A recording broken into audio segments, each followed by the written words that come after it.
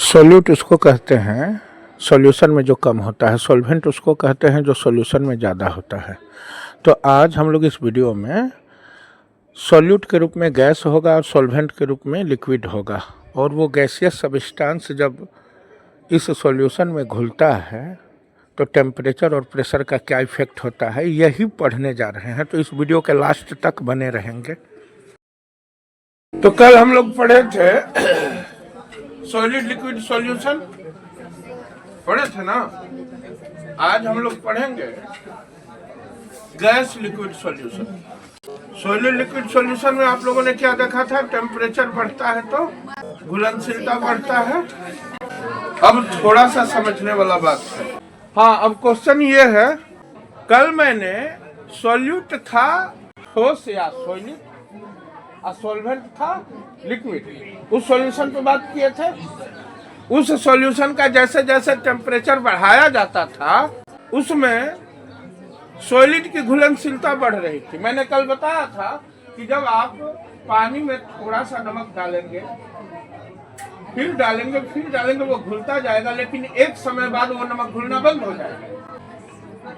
लेकिन जब नमक घुलना बंद हो जाएगा तब आप उस मिक्सचर को गर्म करने लगेंगे गैस चूल्हा पे चढ़ा के, तो क्या वो घुलेगा कि नहीं घुलेगा?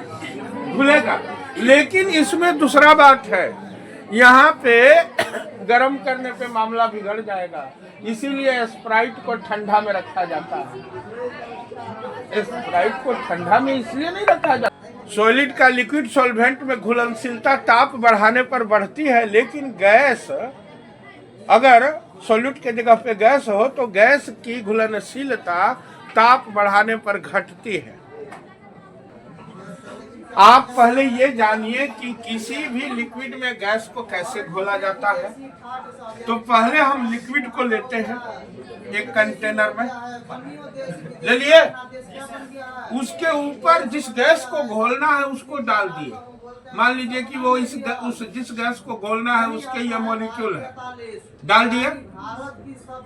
अब डाल करके आपको करना क्या होता है? आप लोगों ने पिस्टन देखा है ना, जो हवा को पीछे नहीं जाने देता है, साइकिल का पंप, हवा इधर ही जाता है, बैक में नहीं आता है। सिरिंज, उसी टाइप का सिस्टम होता है यहाँ। ये इसको दबाने लगता है, दबाने जब लगता है तो ये हवा इतना ये मतलब सुटेबल होता है कि हवा इसके बैक से नहीं निकलता है, हवा को भी फंसा करके वो दबाने लगता है। और जैसे जैसे पिस्टन नीचे आता है वैसे वैसे हवा, जो भी गैस है, वो लिक्विड के अंदर घुसना शुरू हो जाता है। ठीक है, पिस्टन को एकदम सटा दिए, उस लिक्विड यानी पानी के लेयर तक सारा कार्बन डाइऑक्साइड घुल गया, इसके अंदर घुस गया। तो गैसों को घोलने के लिए प्रेशर का जरूरत पड़ा। हम सांस लेते हैं ना, सांस लेने के बाद हमारा जो ब्लड है उसमें ये ऑक्सीजन प्रेशर के कारण घुल रहा है, इसलिए फेफड़ा फूलता और पचकता है। बायोलॉजी। तो गैसों को घोलने के लिए पहला कंडीशन है प्रेशर, यानी दाब। और ये condition solid liquid solvent solution पे नहीं होता है। अगर पानी में चीनी को घोल रहे हैं तो वहां दाब का कोई काम नहीं, वो तो अपने पानी में चीनी को डाले वो नीचे चला गया, दबाने का जरूरत नहीं। तो दाब सॉलिड लिक्विड सॉल्वेंट में की घुलनशीलता में दाब का कोई काम नहीं है, दाब जीरो है। लेकिन इसमें दाब का जरूरत है, दाब चाहिए। दाब समझ रहे हैं ना, दबाव, दाब चाहिए, तभी जाकर के कोई गैस मटेरियल इस लिक्विड में घुलता है। तभी तो जब आप ढक्कन खोल देते हैं स्प्राइट का तो तेजी से गैस का बुलबुला इसमें से निकलने लगता है। देखे हैं कि नहीं? कहीं नहीं, भी नहीं देखे। तब तो ऊपर वाला आपका कल्याण करे।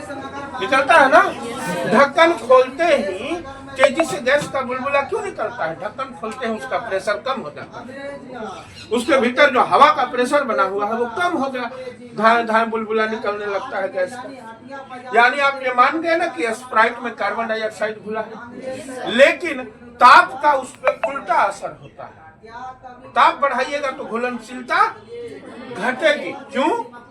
अब सोचिए जरा, आप सॉलिड को गर्म करते हैं तो लिक्विड बनता है, और लिक्विड को गर्म करते हैं तो वो गैस बनता है, और गैस को ठंडा करते हैं तो लिक्विड बनता है कि नहीं? तो वो जिस गैस को आप घोल रहे हैं वो तो गैस है। अब उसको लिक्विड में घोलने के लिए लिक्विड के स्वभाव में उसको भी लिक्विड जैसा बनाना होगा कि नहीं? जब आप उसके ढक्कन को, स्प्राइट को बंद किए रहते हैं तो उसके अंदर का जो कार्बन डाइऑक्साइड गैस है वो लिक्विड स्टेट में ही होता है कि ना? तो प्रेशर डालने पे और टेम्परेचर घटाने पे कोई भी गैस लिक्विड बन जाता है। यही तो इसका जवाब था। यही कारण है कि जब आप टेम्परेचर बढ़ाते हैं तो स्प्राइट में घुला हुआ, स्प्राइट के जल में घुला हुआ कार्बन डाइऑक्साइड अब वो जल वाला स्टेट पकड़ लिया है प्रेशर के कारण, यानी वो भी लिक्विड हो गया, तभी तो उसमें छुपा हुआ है। और जैसे ही आप टेम्परेचर बढ़ाते हैं वो कार्बन डाइऑक्साइड अपने औकात में आने लगता है, गैस बन जाता है। प्रेशर जैसे कम करते हैं वो फिर से गैस बनता है और पानी को छोड़ करके बुलबुला के रूप में बाहर निकलने लगता है। नहीं समझ में आया? क्या क्या पढ़ना है यहाँ सॉलिड और लिक्विड वाला में आपको अनुसंख्य गुणधर्म पढ़ना है, ठीक है? गैस और लिक्विड वाला में आपको